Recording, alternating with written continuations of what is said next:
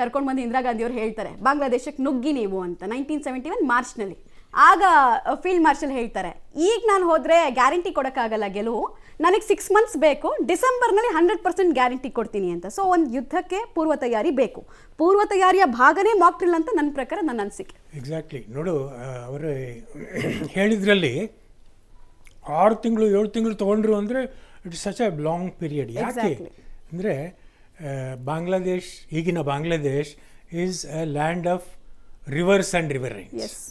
ಮಾನ್ಸೂನಲ್ಲಿ ಶುರುವಾಯಿತು ಅಂದರೆ forget about tanks moving, ಒಂದು ವೆಹಿಕಲ್ಲು ಹೋಗೋಕ್ಕಾಗಲ್ಲ. ಸೊ ಅದನ್ನೆಲ್ಲ ಕನ್ಸಿಡರ್ ಮಾಡಿದ್ರು. ಆಮೇಲೆ ನಾವು ಮೊಬಲೈಸ್ ಮಾಡಬೇಕಾಗಿರೋದು right from southern peninsula to eastern border. ಆಮೇಲೆ ಆವಾಗಿನ ಒಂದು ಯುದ್ಧ ಸಾಮಗ್ರಿಗಳು ಏನಿದ್ದು, ನಾಟ್ ಲೈಕ್ ಟೆಕ್ನಾಲಜಿಕಲಿ ಅಡ್ವಾನ್ಸ್ಡ್ ಯುದ್ಧ ಸಾಮಗ್ರಿಗಳು ಈಗ ಇದಾವಲ್ಲ, ಆ ಥರ ಇರಲಿಲ್ಲ. ಸೊ ಎಲ್ಲನೂ ಒಂದಷ್ಟು ಸುತ್ತುವರಿಬೇಕು ಬಾಂಗ್ಲಾದೇಶನ ಅಂದರೆ ಅಷ್ಟೇ.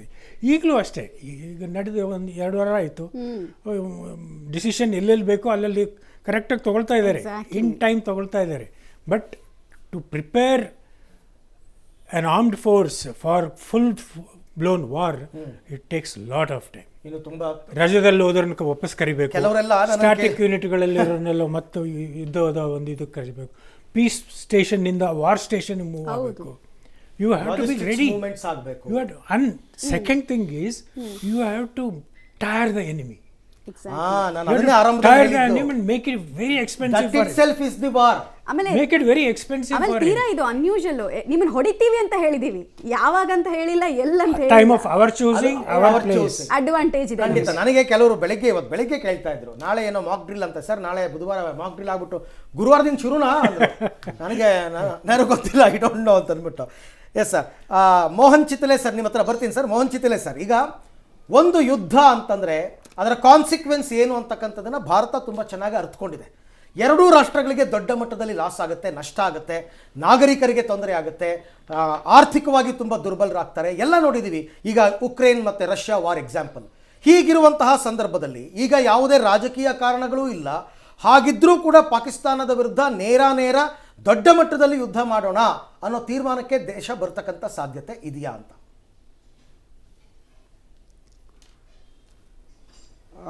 ಸರ್, ಹೆಂಗಿದೆ ಅಂತಂದರೆ,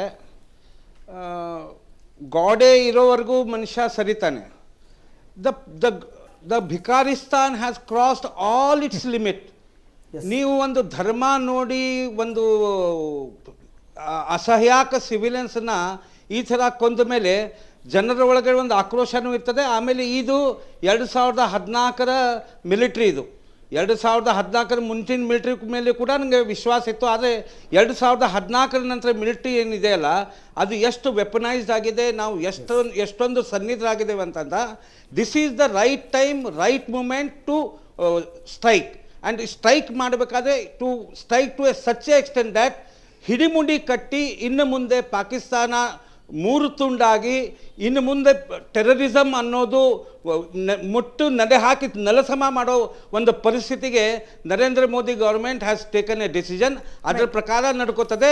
ಟೈಮು, ಪ್ಲೇಸು, ಏರಿಯಾ ಅದು ನಮ್ಮ ಸೇನಾ ಪ್ರಮುಖರು ಬಿಟ್ಟಿದ್ದು.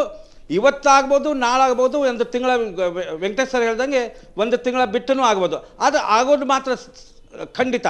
ಆದರೆ ಇದರಲ್ಲಿ ಇನ್ನೊಂದು ತಿಳ್ಕೋಬೇಕು, 71ರ ವಾರನಲ್ಲಿ ನಮ್ಮ ದೇಶದ ಹಿತಶತ್ರುಗಳು ರಸ್ತೆಯನ್ನು ಡಿಗ್ ಮಾಡಿದ್ರು, ರೈಲ್ವೆ ಟ್ರ್ಯಾಕ್ಸನ್ನು ಎತ್ತು ಒಗೆದಿದ್ರು, ಹೈ ಟೆನ್ಷನ್ ವೈರನ್ನು ಮುರಿದಿದ್ರು.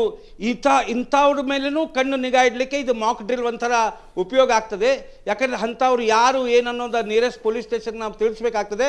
ಯಾಕಂದರೆ ನಮ್ಮ ದೇಶದಲ್ಲಿ ಕೂಡ ಜಯಚಂದ್ರ ಸುಮಾರು ಇದ್ದಾರೆ, ಅವರನ್ನು ಕೂಡ ನಾ ಪಬ್ಲಿಕ್ ಟಿವಿ ಮುಖಾಂತರ ಹೇಳ್ತೀನಿ, ಇಂಥ ವಾರ ಸಂದರ್ಭದಲ್ಲಿ ಏನಾದರೂ ಇಂಥ ಪರಿಸ್ಥಿತಿ ಕಂಡು ಬಂದರೆ ತಕ್ಷಣ ಪೊಲೀಸರಿಗೆ ಇನ್ಫಾರ್ಮ್ ಮಾಡಬೇಕಂತ ನಾನು ಹೇಳಬಯಸ್ತೇನೆ. ವಾರು ಕಾಸ್ಟ್ಲಿ ಆದರೂ ಕೂಡ, just a minute sir, I am sorry Mohan sir, just a minute, ನಾವು ಗೆಲ್ತೇವೆ.